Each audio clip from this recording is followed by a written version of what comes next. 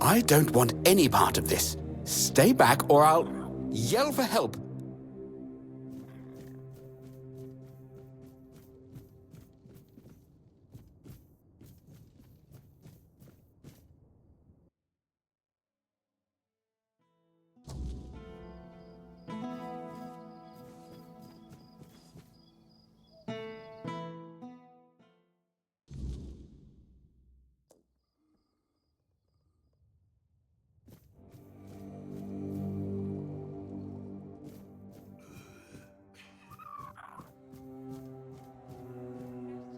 Hello.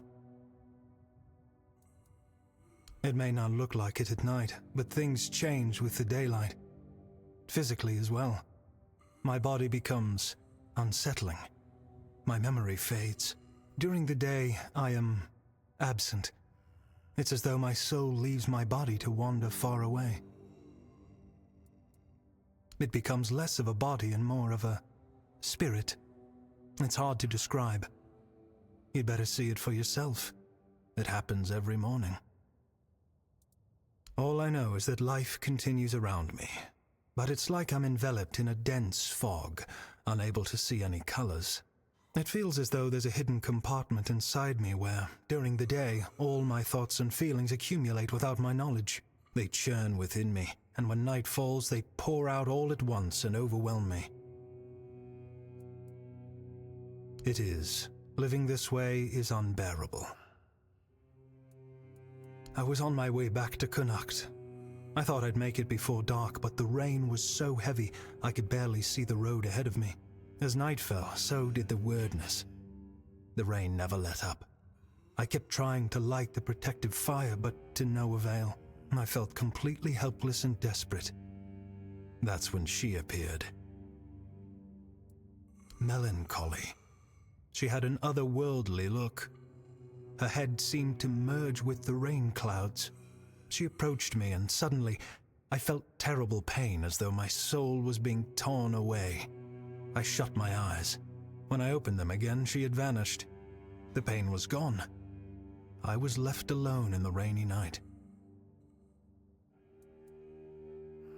No, she never said a word, yet somehow I knew that was her name. Drained, I somehow made it to the gates of Connacht. By some miracle, the guards agreed to let me in and pointed me toward the hospital. When morning came, I felt as if I wasn't wholly there, as if melancholia had stolen my day. It feels like this every day. Even if you managed to find my day, you'd still need to wrest it from melancholy's grasp. I don't know what kind of creature she is or what further horrors it might bring. Would you really risk your life for a stranger? Your courage is admirable. I couldn't ask that of you, but I won't refuse your help either. But if you decide that the challenge is too great, do not hesitate to save your own life.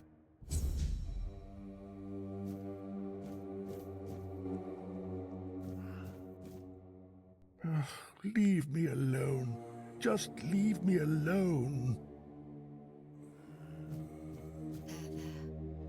You're going to feel better. Show the horse! Clink, clink, clink! Move out! One foot in front of the other! Ding, ding! Carries the sound! Carries through the stones! Through the bones! Creak, creak, creak! The bones of the crones! Creak, creak! Crunch, crunch! Oh, the wolf eats the spoils, eats the cows, eats the heads, tears to shreds. Eat the thigh! Hear the cry! There. You're going to feel better soon. I'm just trying to help you. Do you need something? Are you in pain? I'll do all I can to help, but I need to warn you that our supplies are quite limited. Well, actually, the hospital is run by Camelot. I'm just an apprentice to Neonte, the priestess of the All-Mother here in Connacht. But the healer from Camelot is dead, and Neonte spends most of her time at Lord Yvain's manor. So, it seems I'm on my own.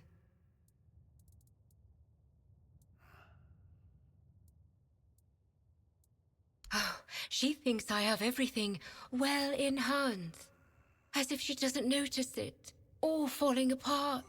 I know I should feel flattered by her trust, but honestly, I'm just exhausted. I'm not even a priestess. The only training I've had is what she's given me. Ever since Lady May fell ill and died, Leonti's barely been here. She just sits by her grave. Truth be told, I'm a bit worried about her. Even when she does come by, she seems absent, and I don't even have the time to go check on her. Camelot treats this place like a field hospital. To them, it's temporary, though I suppose that's their outlook on all of Connacht right now. The legate says Camelot simply can't spare anyone else. According to him, one priestess and her apprentice should suffice. And yet, his soldiers are the ones who are supposed to get priority. Even if they only have a blister, I'm required to treat them before a local with a broken leg. It is. It really is. The hospital's barely holding on. Camelot pays us a pittance for treating their soldiers. And the villagers just pay with what they can. But I can't make medicine with eggs and chickens. And even if I could, I don't have the time. Some days, I dream that someone will swoop in and take it all off my hands. Ideally, it would be Niante, but I'm not sure I can count on her anymore. Still, maybe it's worth a try. Here, take this. I hope it helps. Unfortunately, that's all I can give you. We have to make sure there's enough for everyone in need. There is a patient who won't let me treat him. His name's Wilbur, and he's a difficult case. Most of what ails him is just old age. Some days he's clear-headed, but those are becoming fewer and farther between. Lately, he won't let me touch him. He yells at me, claiming I'm keeping him here by force, away from his family. He's even stopped eating and refuses to take his medicine. Honestly, I'm at my wit's end. I don't know how to help him anymore without scaring him even more. All of Connacht knows that I was marked by the weirdness. It's not as bad as people make it out to be, but some are superstitious. They believe I bring bad luck. When Leonti took me in, there were a lot of whispers, though it got better once I started working in the hospital. Weirdness or not, at least they have a healer. But I'm afraid that, in Wilbur's head, I've become some monstrous figure, keeping him prisoner.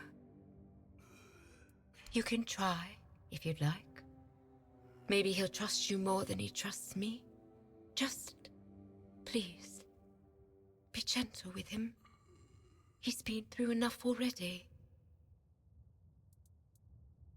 No one knows. He barely speaks. And when he does, it's all nonsense. The poor man's lost his mind. I'm afraid there's no point in talking to him right now.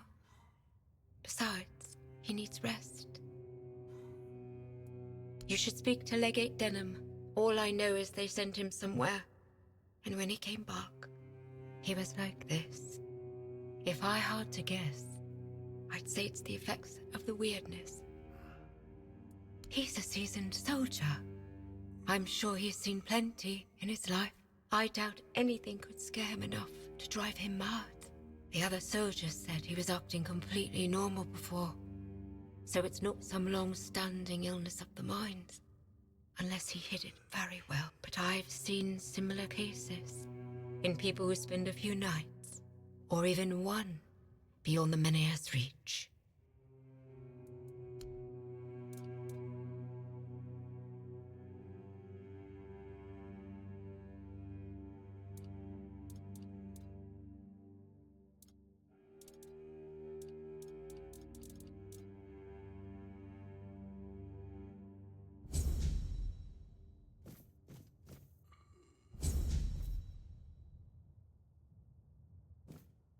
Spare a coin for... Have you come to offer aid? or do you stand among the wounded? If so, do not let fear grip your heart. Your time will come. Trust the will of the word, and you shall shine. I am but an empty vessel, yearning to be filled with the sacred joy of the word. Now I am perfectly blank and naked. Alone I lie in this cold place, silently watching, patiently waiting. But soon, all shall be perfectly splendid. I have been marked, a gift given to me so that I may pass it on. Tell me, do you wish to become a hollow shell, an obedient corpse, able to hear the voice of the one who guides us to the final act? It is your intimate moment beside the prophet. You will hear the beating of her heart, feel her healing grace, and then you will find peace in the word. At last we shall rest, sister. We will finally rejoice. It is a path, one you will walk, guided by the one who bestowed upon me the grace of hollowness. I have received my task, to wait and pass the gift along. It will take but a moment. You will feel no pain. Now, go to the place where I first set foot on this path. There, you will find the one who shall become your shepherd. Soon, you will be reborn. Always a pleasure.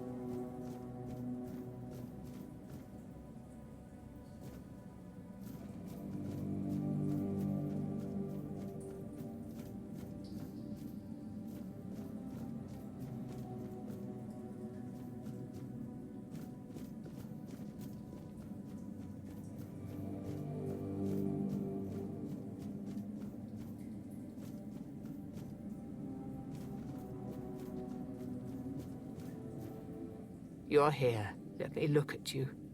You seem to have recovered after whatever happened at the Menhir. The All-Mother herself must be watching over you.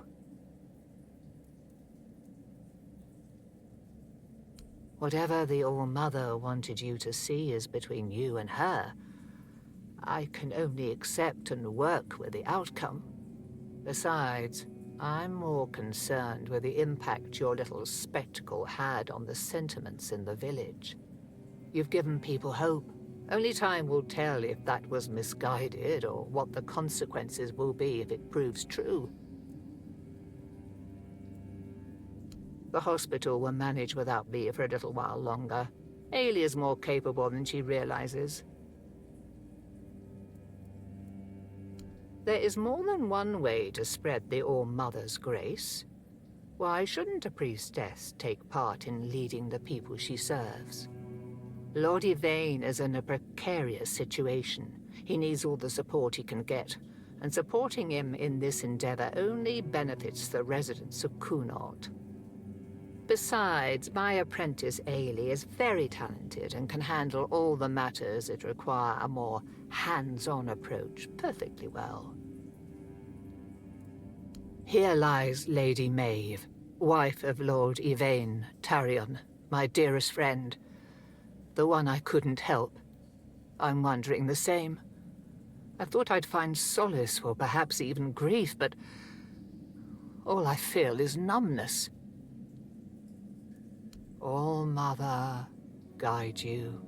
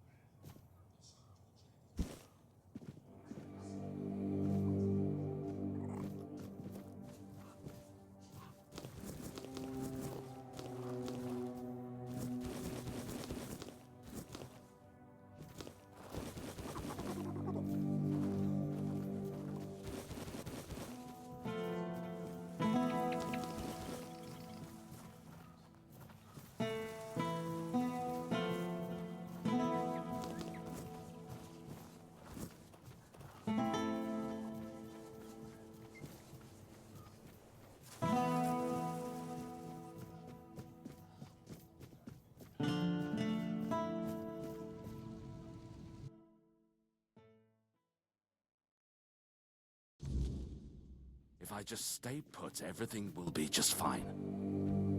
What is it?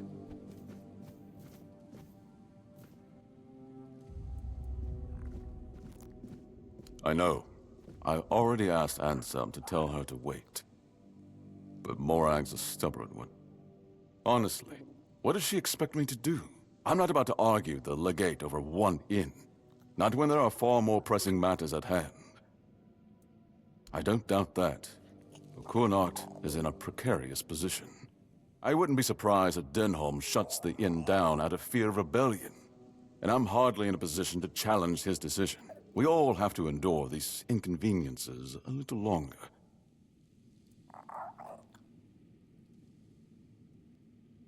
Well, surely she's been given some sort of compensation, hasn't she? Oh, that is unfortunate. I can see why she's upset. Very well. Tell her she'll be paid part of the damages from my coffers, and I'll speak with Denholm about her situation. When I have the time. I can't offer more than that. As long as this stalemate with Camelot holds, reopening the inn is out of the question. That's my final decision. Now, was there something else? Does it now? Very well. Tell Osman that... what shall we tell him? That I thank him for his concern, and that I will take his advice under consideration.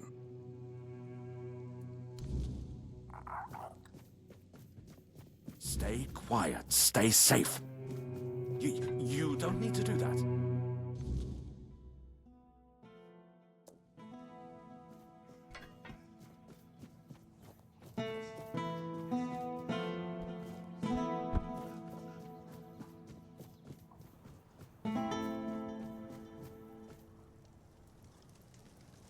And?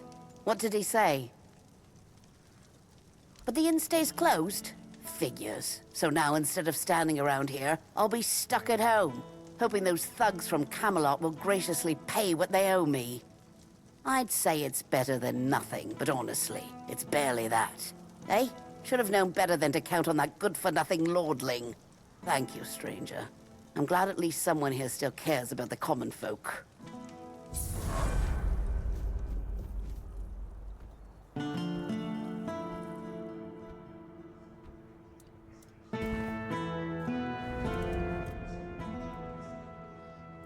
It was supposed to be a reminder. The sword was never just steel. It was a symbol of what we stood for. Strength, justice, the will to carve a path forward. A weapon, yes, but also a promise. I wanted them to remember, to fight for those ideals, to uphold them, even when I was gone. Even when there was no king left to lead them.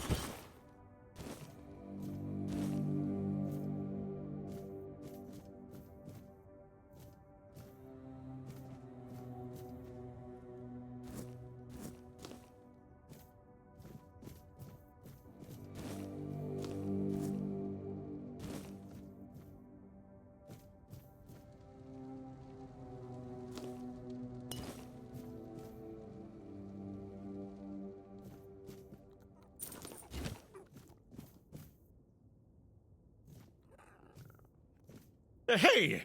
You can't do that!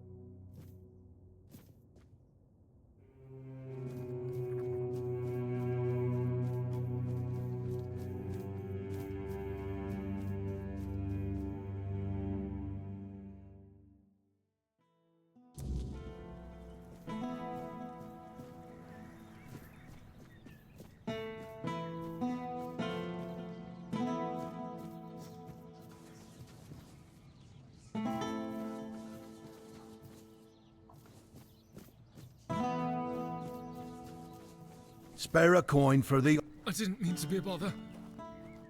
I'm really sorry.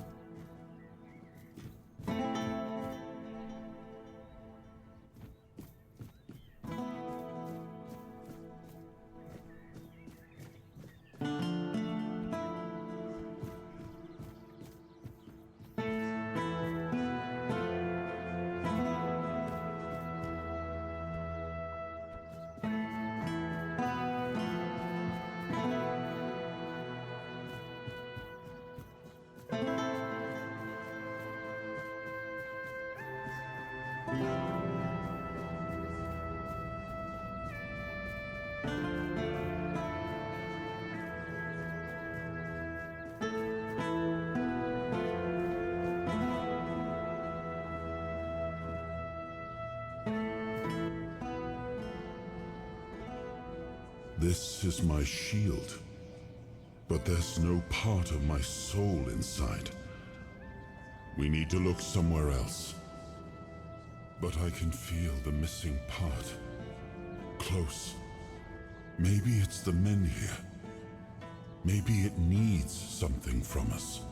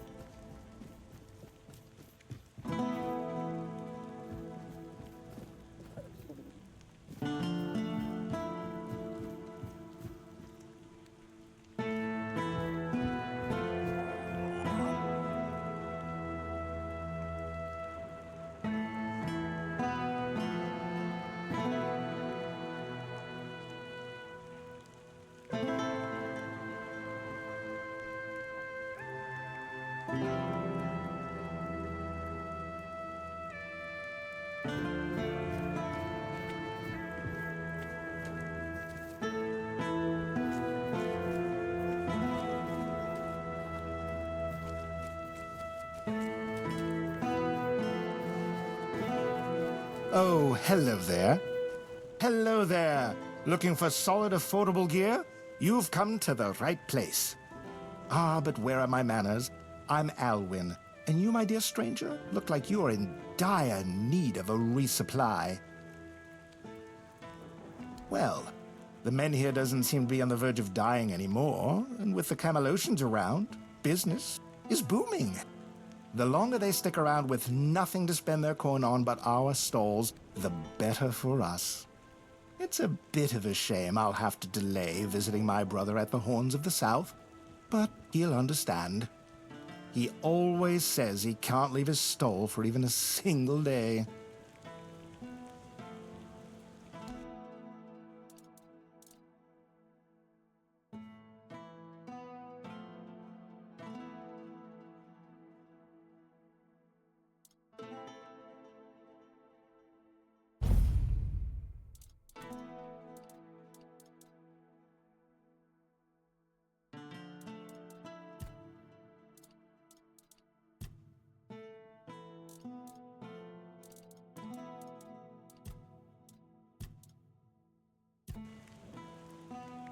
What brings you this way?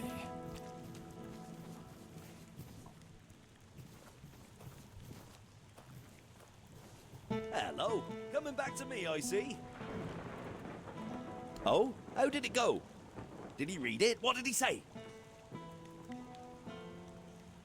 Ha! You see? I always say when someone speaks sense, even a lord perks up his ears. Good work. Here's the payment I promised. You doing okay?